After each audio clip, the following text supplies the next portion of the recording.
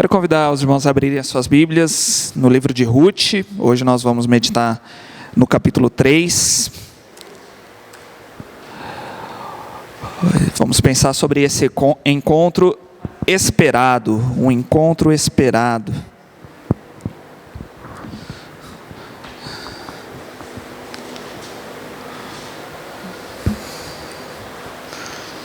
Nas últimas semanas nós meditamos nesse livro de Ruth.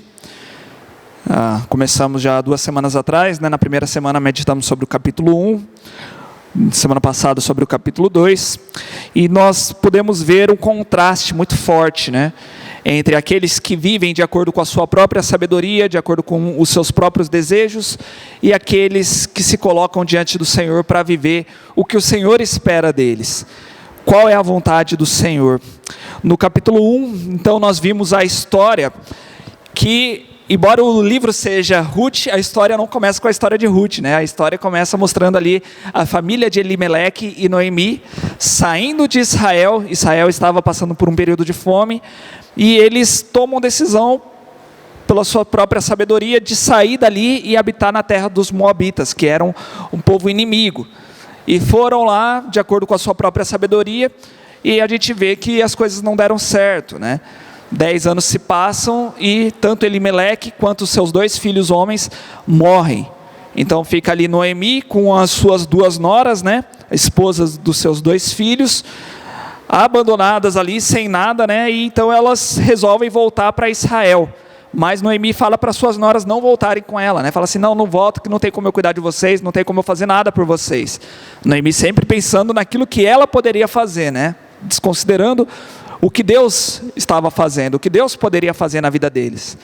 Então uma das suas noras, a Orfa, resolve então abandonar mesmo Ruth e Noemi, e volta então para a casa dos seus pais, chorando, com lágrimas, mas volta, vai embora. Mas Ruth fica firme com a sua sogra, faz uma bela declaração de amor para a sua sogra, e diz, onde você estiver, eu estarei, O seu Deus será o meu Deus, seu povo será o meu povo, e estamos juntas, E ficam então juntas.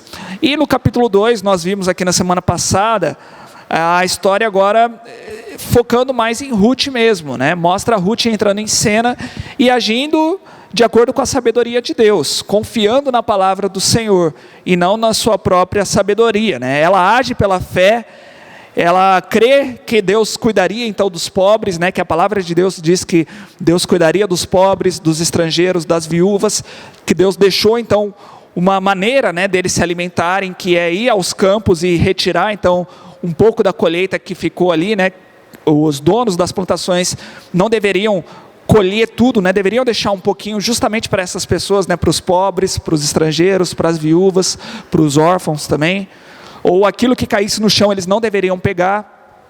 E Ruth então se vale disso e vai buscar um alimento para ela e para sua sogra. E nós vemos então Deus abençoando Ruth de uma forma maravilhosa, Ela vai coincidentemente para um campo do Boaz, que era um homem ali rico e era parente deles também, parente de Noemi, e no mesmo dia que Ruth estava lá, Boaz vai visitar aquele lugar. Então Boaz gosta de Ruth, e vai lá e protege Ruth, fala assim, não vai para outros lugares não, fica aqui, eu vou mandar os meus servos te ajudarem, vem aqui comer comigo, leva mais um pouco aqui para sua casa, E deixou então Ruth trabalhar ali na plantação dele por um bom tempo, E ao final desse capítulo 2, nós vimos que Boaz era parente então de Noemi, e era um dos seus resgatadores, Hoje a gente vai ver um pouquinho mais sobre esse termo também, mas nós vamos ver mais ainda na semana que vem, Mas o resgatador era um parente próximo, era alguém que poderia então se casar com a viúva, dar descendentes para ela, e para o falecido também, E também comprar de volta as terras que pertenciam à família.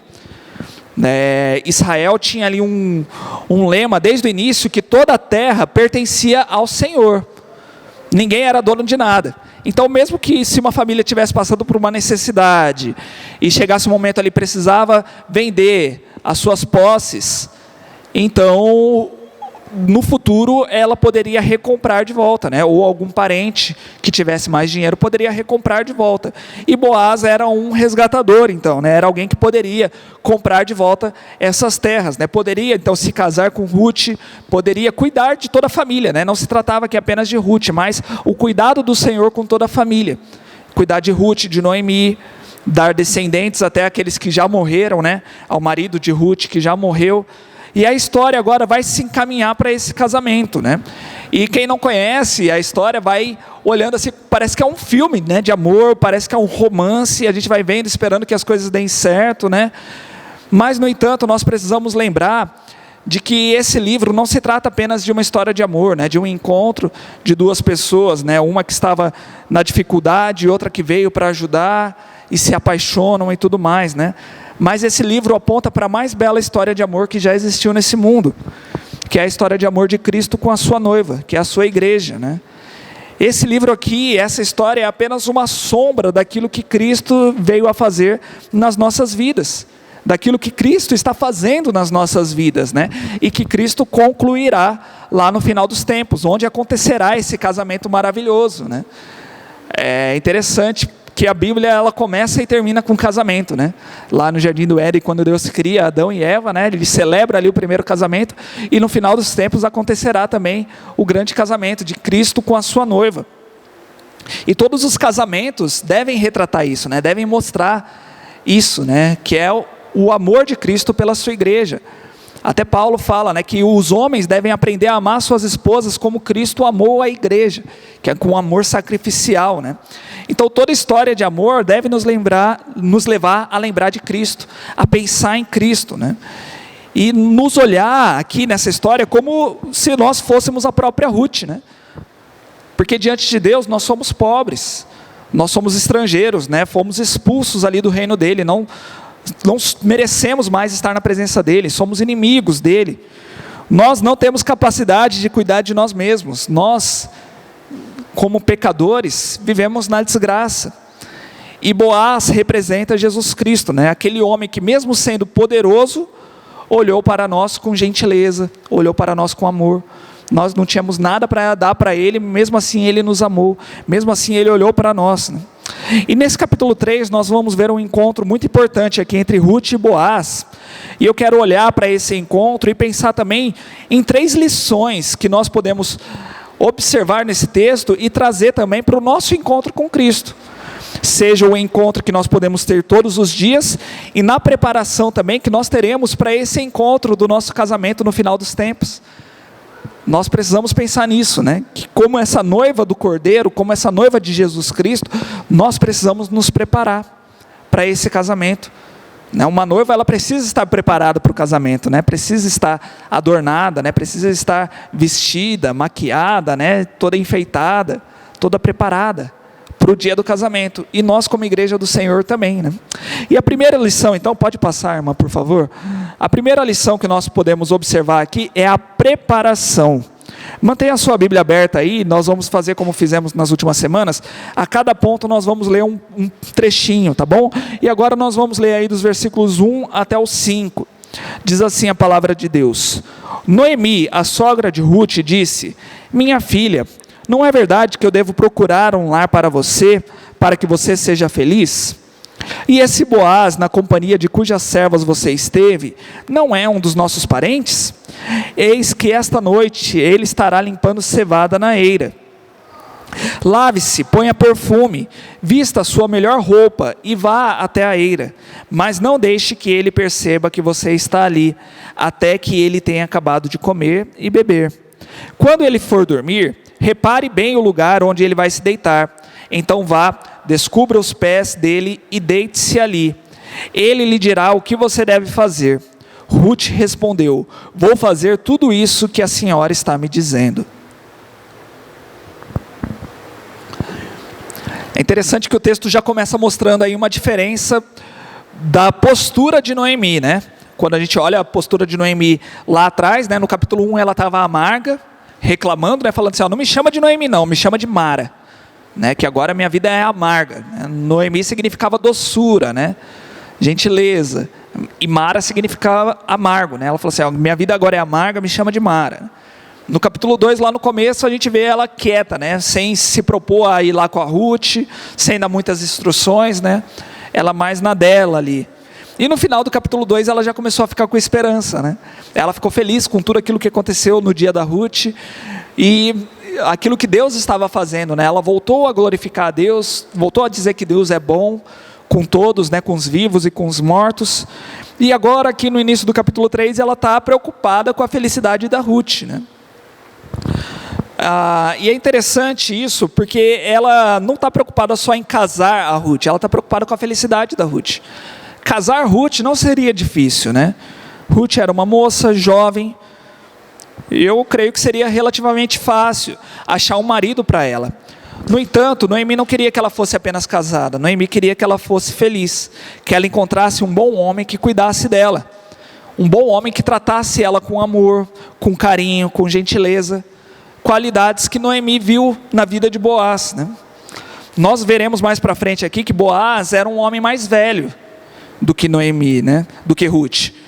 E era um homem que, mesmo sendo velho, ainda estava solteiro, né? E isso não faz com que ele se tornasse então alguém desqualificado, né? Às vezes a gente tem essa mania de pensar, né? A pessoa está ficando mais velha, talvez não seja uma boa pessoa para casar, né? Não está casada até agora, boa pessoa não é, né? Não, aqui a Bíblia nos mostra que ele era um excelente partido para Ruth, né? E nós precisamos ensinar isso, né? Aos nossos filhos, aos jovens, aos adolescentes, né? Que a gente trabalhou, né, com jovens, com adolescentes por um bom tempo, e a gente percebe assim que às vezes os jovens eles têm uma necessidade, né? Chega um momento da vida que precisa estar namorando, né? Precisa namorar alguém. Ou chega um outro momento, precisa casar, né? E nós também, como evangélicos, às vezes a gente força isso, né? Não, tem que casar logo, tem que casar, as coisas têm que acontecer rápido, né? Como se só o fato de estar casado já fizesse a pessoa se tornar feliz. E isso não é verdade, né? É muito importante saber escolher a pessoa certa, né? Analisar se aquela pessoa ama a Deus acima de tudo, se aquela pessoa tem o seu coração em devoção a Deus, se serve ao Senhor realmente, né? Se vai saber te amar, se vai saber te respeitar como Cristo amou a igreja, né? Olhar tanto para os homens quanto para as mulheres, né? E olha que interessante, né? Boaz, ele nem conhecia Cristo ainda, né? Jesus Cristo veio só mais para frente, mas a conduta dele faz com que ele se tornasse parecido com Cristo, né? E ele se torna aqui uma figura do próprio Cristo, né? Onde nós podemos olhar para essa história e dizer, né, que Boaz representa aqui aquilo que Cristo representa para a igreja, né? Ele foi uma representação do próprio Jesus Cristo. Olha que bonito isso, né? Noemi viu essas qualidades aqui em Boaz e ela queria isso para Noemi. Nós devemos ensinar isso também, né, para os jovens, né, para os nossos filhos, a buscarem pessoas que sejam semelhantes a Cristo.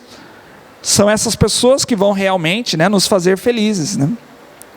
Então Noemi, ela vai dar algumas dicas aqui para que esse encontro acontecesse naquela madrugada, né?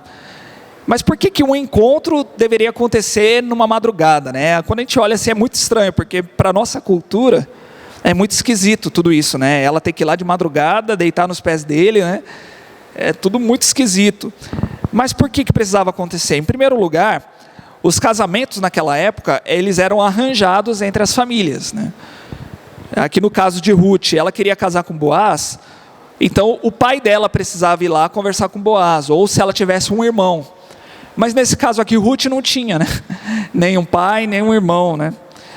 E seria muito chato se ela fosse lá à luz do dia, ela mesma conversar com Boaz, e vai que Boaz não queria nada, né? Ia todo mundo olhar, todo mundo ia ver, né? Ia tomar um fora ali, né? À luz do dia. Por isso ela vai de madrugada, né? Seria um momento onde eles teriam uma privacidade. Boaz, aqui o texto nos diz que ele estaria lá na eira, né? Limpando a cevada. E essa eira geralmente ficava assim num monte, né? Num lugar mais alto, porque essa cevada, ela vinha com muita palha junto, né? Então, esse ato dele limpar era jogar para cima, e aí lá em cima do monte batia mais vento, e principalmente à noite, né? Batia mais vento ainda. Então, o vento empurrava a palha e o grão caía. Então, era uma forma de limpar, né, essa cevada, assim. E depois, né, de trabalhar a noite inteira, ele dormia lá até para poder cuidar do material que ele limpou, né? Ele e as pessoas que estavam ali com ele também. Então, já sabia que ele iria dormir lá. E Ruth vai para lá, né?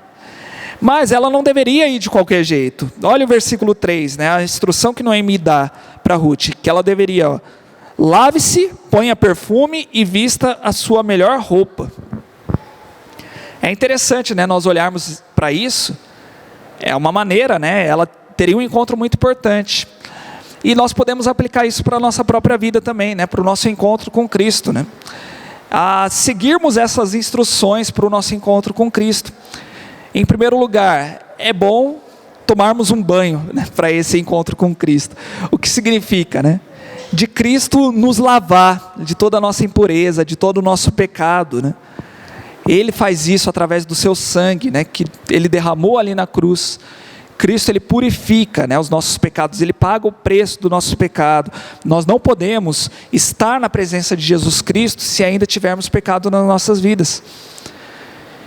E Jesus nos perdoa dos pecados, né, naquele momento que nós oramos e confessamos Ele como Senhor e Salvador das nossas vidas.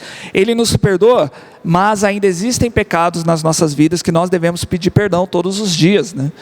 Existem condutas nas nossas vidas que o Espírito Santo está brigando conosco, né, para que nós transformemos essas condutas, né? Abandona isso, para de fazer isso, eu não gosto que você assista tal e tal programa, eu não gosto que você ouça tal música, eu não gosto que você tenha esse tipo de conversa. E essa lavagem, né, que o Espírito Santo vai fazendo nas nossas vidas, nós devemos nos atentar a isso também, né? A passarmos por essa purificação todos os dias. Depois fala aqui que ela teve que se perfumar, né, para ficar cheirosa, né, para ficar bem apresentável. E a Bíblia fala que o Espírito Santo, né, é o bom perfume também nas nossas vidas, né? Olha que maravilhoso isso também. Nós devemos estar cheios do Espírito Santo, né, o perfume de Deus nas nossas vidas. E exalarmos então esse cheiro, né, para as pessoas, né? Para que as pessoas vejam a obra do Espírito Santo nas nossas vidas também, os frutos do Espírito Santo, né? Os dons que o Espírito Santo dá para nós, a santidade que o Espírito Santo está proporcionando na nossa vida, né? Nós devemos olhar para isso também. E depois Ruth deveria vestir a melhor roupa, e é isso o que Deus faz conosco também, né? Quando Ele nos salva, Ele nos dá novas vestes, né? Uma nova forma de nos vestirmos, né, tirar aquela roupa suja do pecado e nos transformar em novas criaturas, né, com novas vestes, vestes limpas, purificadas, para usarmos essas vestes na presença de Deus. Nós devemos nos atentar a isso também, né, a nos apresentarmos bem, né, e estarmos preparados para esse nosso encontro, para esse nosso casamento, né, que nós estamos caminhando, para estarmos sempre limpos, sempre cheios, né, do Espírito Santo, esse bom perfume. Porque nós não sabemos quando o nosso noivo virá, mas devemos estar prontos. E nós devemos nos preparar assim para os nossos encontros também com a igreja, né? É dia de culto, deixa eu me preparar, deixa eu estar em oração, né? Deixa eu cantar louvores, né, durante o dia, preparar meu coração para esse momento, né? Pedir perdão pelos pecados, né? Estar preparado mesmo para esse momento que nós temos aqui, né? Não virmos aqui só para cumprir uma obrigação, né? Mas pedir, Senhor, prepara meu coração, que seja um momento bom, que eu possa estar na sua presença, né? Que eu possa celebrar bem ao Senhor. Nós devemos olhar bem para isso, né? A segunda lição que nós podemos ver, pode passar, é a obediência. Agora nós vamos ler dos versículos 6 até o 13. Então Ruth foi para a eira e fez conforme tudo que a sua sogra lhe havia ordenado. Quando Boaz terminou de comer e beber, e estava já de coração um tanto alegre, foi deitar-se ao pé de um monte de cereais. Então Ruth chegou de mansinho, descobriu os pés dele e se deitou. Aconteceu que, no meio da noite, o homem se assustou e sentou-se. E eis que uma mulher estava deitada a seus pés. Boaz perguntou: quem é você? Ela respondeu: sou Ruth, a sua serva. Estenda a sua capa sobre esta sua serva, porque o Senhor é um resgatador. Boaz respondeu: que você seja bendita do Senhor, minha filha. Você se mostrou mais bondosa agora do que no passado, pois não foi procurar um homem mais jovem, fosse rico ou fosse pobre. E agora, minha filha, não tenha medo. Tudo o que você falou eu vou fazer, porque todo o povo da cidade sabe que você é uma mulher virtuosa. Sim, é verdade que eu sou o resgatador, mas há ainda outro resgatador que é parente mais chegado do que eu. Fique aqui essa noite. Pela manhã, se ele quiser resgatar você, muito bem, ele que o faça. Mas se ele não quiser, eu o farei. Tão certo como vive o Senhor, deite-se aqui até de manhã. Então aqui nesse texto nós podemos ver que Ruth obedeceu a tudo aquilo que Noemi falou, né? Ela fez tudo conforme o que a sua sogra disse. É importante nós percebermos que, por mais que soe esquisito esse encontro e a maneira como ele aconteceu, Ruth, ela não agiu aqui com sensualidade, né? E ela não estava buscando dar nenhum tipo de golpe, né? Eu vou me deitar ali com Boaz, ele não vai ver quem é, ele vai querer se deitar comigo, vai me engravidar, e depois ele vai ser obrigado a casar comigo, né? Não. Ela se aproxima ali de Boaz em sujeição, em humildade, né? Ela não foi se deitar ao lado de Boaz, né? Nem foi deitar em cima dele, nada, né? Ela foi deitar aos pés de Boaz, né? Não foi sugerindo nada assim, né? E dessa mesma forma nós devemos nos aproximar de Cristo também, né? Cristo já veio até nós, Ele nos faz o convite para irmos até Ele, Ele já nos proporciona essa salvação, mas nós devemos ir com humildade, reconhecendo, né, que nós somos pobres de espírito, nós não temos nada de bom para oferecer a Cristo, nós não temos nada de bom para dar a Ele em troca da nossa salvação. O nosso lugar é aos pés de Cristo. Devemos chegar diante de Cristo em submissão, em humildade, né? Hoje em dia a gente vê tantas pessoas dando ordem para Cristo, né? Ordenando, né? Que o Espírito Santo faça alguma coisa, que Deus faça aquilo, que Cristo faça aquilo outro. Nós devemos ter humildade na presença de Cristo, pois Ele é o nosso Deus, Ele está acima de nós, né? Voltando aqui para o texto, quando Boaz ele percebe que tinha alguém ali, ele se assusta e ele pergunta quem é. E agora Ruth se apresenta como a sua serva. Até então, Ruth era sempre assim, Ruth a Moabita. E agora ela fala assim, eu sou a sua serva. Mais uma vez ela se humilhando aqui, né? Mostrando uma submissão. E ela faz uma proposta para Boaz, ela fala assim, estende a sua capa, né? E quando ela fala isso, ela não está falando assim, deite-se comigo, né? Vamos ter aqui uma noite, né, de romance. Ela está fazendo aqui um pedido de casamento, né? Ela está falando assim, pode se casar comigo, né? Porque você é o meu resgatador. E quando ela usa essa expressão, né, de estende a sua capa sobre mim, é como se ela estivesse falando assim, me deixa que eu me abrigue debaixo das suas asas, né? Lá no capítulo 2 nós vimos Boaz elogiando Ruth, porque ela se abrigou nas asas de Deus, né? E agora mais uma vez ela está aqui buscando, né, um refúgio. Ela já está abrigada nas asas de Deus, mas está buscando um refúgio nas asas, né, de Boaz aqui, né, debaixo da capa de Boaz, né? E foi um pedido aqui muito oportuno, né? Fez com que Boaz ficasse muito feliz. Ruth não estava sendo assim uma mulher oferecida, né? Não foi assim uma mulher ousada. Foi necessário que ela fizesse isso, porque no versículo 10 nos mostra aqui, a resposta de Boaz. Ele fala assim, você se mostrou mais bondosa agora do que do passado, pois não foi procurar um homem mais jovem, fosse rico ou fosse pobre. Olha só, Boaz já estava interessado em Ruth, só que o que ele pensava? Eu sou velho para ela não vai querer nada comigo, né? Eu sou mais velho, ela vai querer alguém mais jovem, né? E Boaz ficou na dele ali, ele não foi, né, dar em cima dela, não foi propor nenhum casamento, ele ficou na dele, esperando. E Deus proporcionou tudo isso, né? De Ruth também se interessar por ele. E ela veio fazer essa proposta, né? Aos olhos humanos existiam opções melhores para Ruth, né? Homens mais novos, né? Homens que talvez, né, estivessem na mesma faixa etária dela. Mas aos olhos de Deus, Boaz era a melhor opção para Ruth, né? E Ruth então foi abençoada por se sujeitar à vontade do Senhor e não olhar de acordo com a sua própria sabedoria, né? De acordo com os seus próprios olhos. E isso aqui mostrou que Ruth era uma mulher virtuosa, né?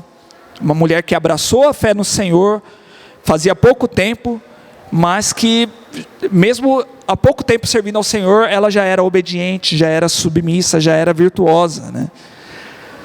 E esse trecho aqui termina com uma promessa de Boaz. o casamento, ele não poderia ser firmado ali, né? Boaz não poderia falar, eu já vou me casar com você, vamos ficar noivos aqui, né? Existia um empecilho, como toda história de amor, né? Tem um empecilho, né? Sempre tem alguma coisa ali para deixar a gente, né, preocupado com essa história de amor. Boaz, ele era sim um resgatador, mas existia um parente que era mais próximo ainda, que tinha mais direito do que Boaz. Então, tudo leva a crer que Boaz, ele tinha esse interesse e ele já tinha ido se informar. E ele já estava por dentro de toda essa história, né? Então ele fala assim, existe um outro parente que é muito mais próximo, né? E então ele tinha essa prioridade. Mas ele finaliza aqui com uma promessa de que ele faria tudo o que estivesse ao alcance dele para que ele pudesse se casar com Ruth.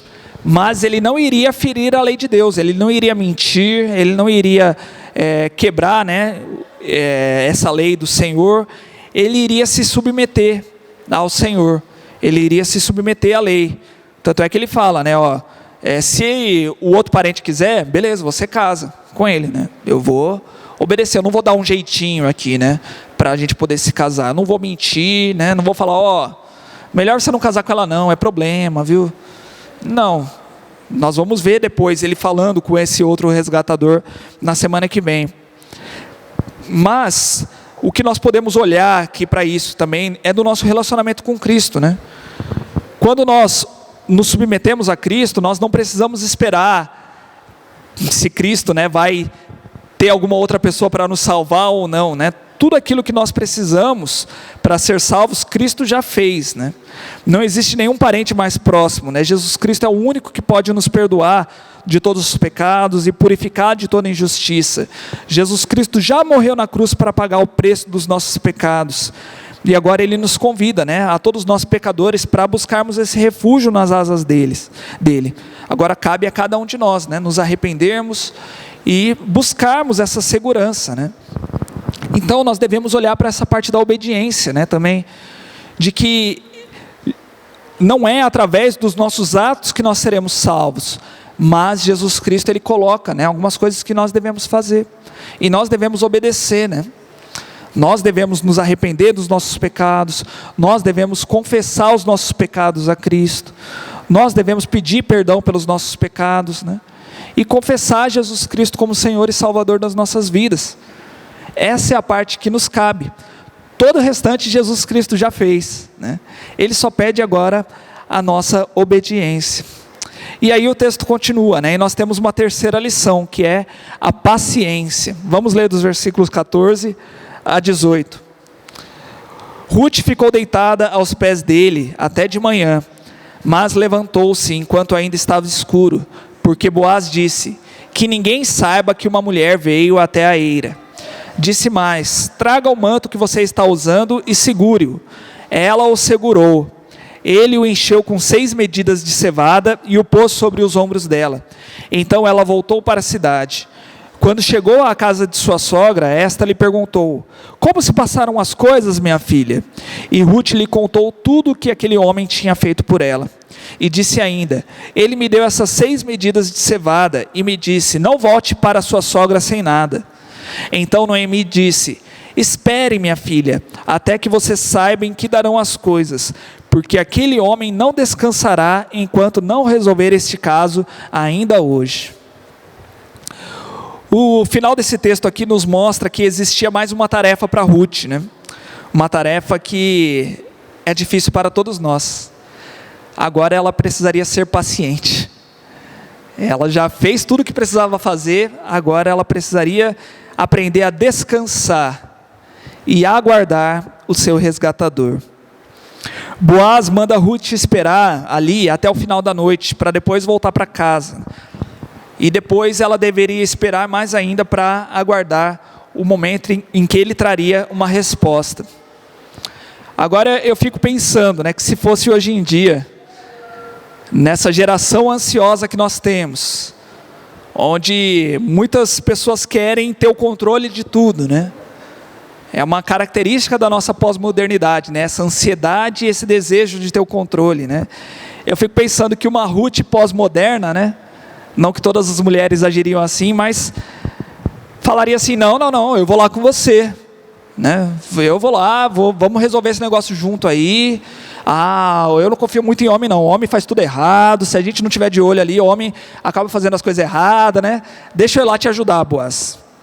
Mas não, Ruth, ela soube ouvir, soube esperar, né? Fala assim, tudo bem, agora está com você, né? A batata quente está na sua mão, Boaz, agora é com você. O que ela poderia fazer? Mais nada, agora era só voltar para casa e esperar. Não adiantava, né, ela querer acelerar as coisas, né, e querer ter controle. E muitas vezes nós agimos assim, né? Muitas vezes nós queremos ter pressa nas respostas, nós queremos ter o controle de tudo, e existem momentos na nossa vida que Deus só vai pedir para nós paciência, que Deus só vai falar para nós aguardarmos, né? Que Deus pode até falar assim, eu vou te abençoar, mas espera. Eu vou responder a sua oração, mas aguarda, espera mais um pouquinho. Ele prometeu, né? Eu vou voltar para buscar a minha igreja, para acabar com toda a dor, com toda a aflição, mas espera. Enquanto nós esperamos, Deus ele ainda tem propósitos nas nossas vidas, propósitos que nós nem sabemos, propósitos que às vezes nós não estamos vendo agora, pode ser que lá na frente nós vamos ver, mas pode ser que a gente nunca vá ver esses propósitos, mas Deus fala assim, espera. E um cristão obediente deve saber esperar também, deve saber ter paciência, deve saber confiar no Senhor, deve saber descansar. E como prova do seu amor e cuidado, Boaz ele entrega um presente para Ruth aqui, para Ruth não voltar para casa de mãos vazias, né? Ela recebeu 6 medidas de cevada, que equivalem a 2 semanas de suprimento ali para ela e para sua família, né? Para Noemi. Olha só que interessante, né? Na semana passada nós vimos que em um dia de serviço, Ruth levou para casa o suprimento para 1 semana. E agora, mais uma vez, né? Ela sendo mais abençoada ainda, ela voltou para casa com uma quantidade aqui para 2 semanas, né? E da mesma forma, Deus fez isso conosco, né? Jesus Cristo, ele foi para os céus, ele saiu aqui da nossa terra, né? Voltou aos céus, sentou à direita do Pai. Ele prometeu que voltará, mas ele não nos deixou órfãos. Ele mandou o Espírito Santo, né? O Consolador. E é interessante que lá em Efésios 1,14, Paulo diz que o Espírito Santo é o penhor dessa nossa herança. A nossa herança é a salvação que Deus nos dá, né? E penhor é a garantia, né? Como que nós podemos saber que nós somos salvos? Como que nós podemos saber que Jesus Cristo voltará para nos buscar? Porque nós temos o Espírito Santo, porque Deus nos deu esse presente maravilhoso, o Espírito Santo que habita nas nossas vidas, né?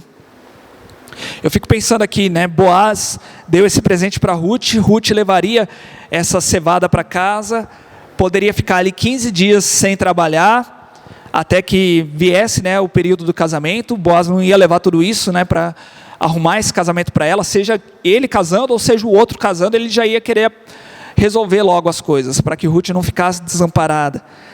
Mas ela iria se alimentar, e todo dia que ela se alimentasse daquilo, ela iria ver, é um presente que Boaz me deu, sinal do amor dele, sinal de que ele está cuidando de mim, sinal de que Deus está cuidando de mim, né?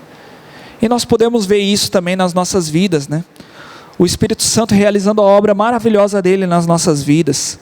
Ele é o próprio Deus que habita conosco, que está presente nas nossas vidas, que está vivendo conosco, que está sentindo as nossas dores. O próprio Deus está sentindo as nossas dores conosco, está sentindo as nossas aflições conosco, Ele não nos abandona.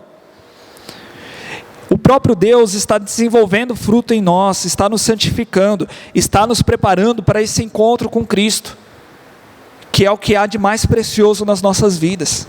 Por mais que nós tenhamos coisas maravilhosas aqui nessa terra, nós não podemos perder o foco, que o mais precioso na nossa vida é a vida eterna.